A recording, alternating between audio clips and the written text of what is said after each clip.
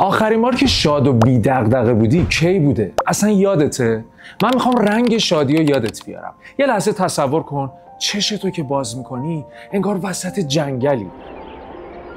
به جای دود و دمم نفس که میکشی قشنگ تراوت رو حس میکنی.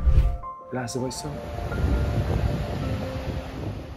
صدای آرامشه داره در میزنه، داره بهت میگه بابا پاشو بریم سفر. آماده یا نه؟ میخوام ببرمت قلب گیلان ماسال.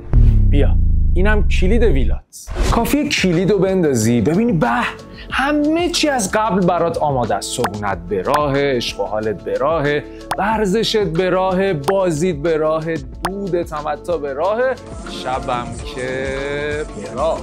تو این سفر یه روز میری ساحل، یه روز میری دریای ابر ییلاق ماسال، یه روزم که طالاب انزلی.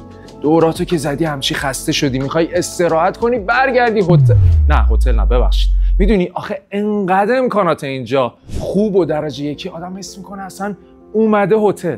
ببینم اصلا نگفتی چقدر اونجا بمونی به آرامش میرسی.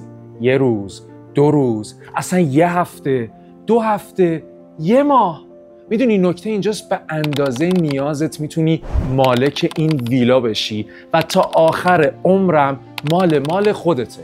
میتونی حتی به یکی دیگه یا حتی نسل بعدیت هم انتقالش بدی. چیه؟ نگران هزینه‌شی؟ فکر کردی هزینه خرید ویلای پاستیلی خیلی رویاییه؟ نه بابا اینطوری هم نیست.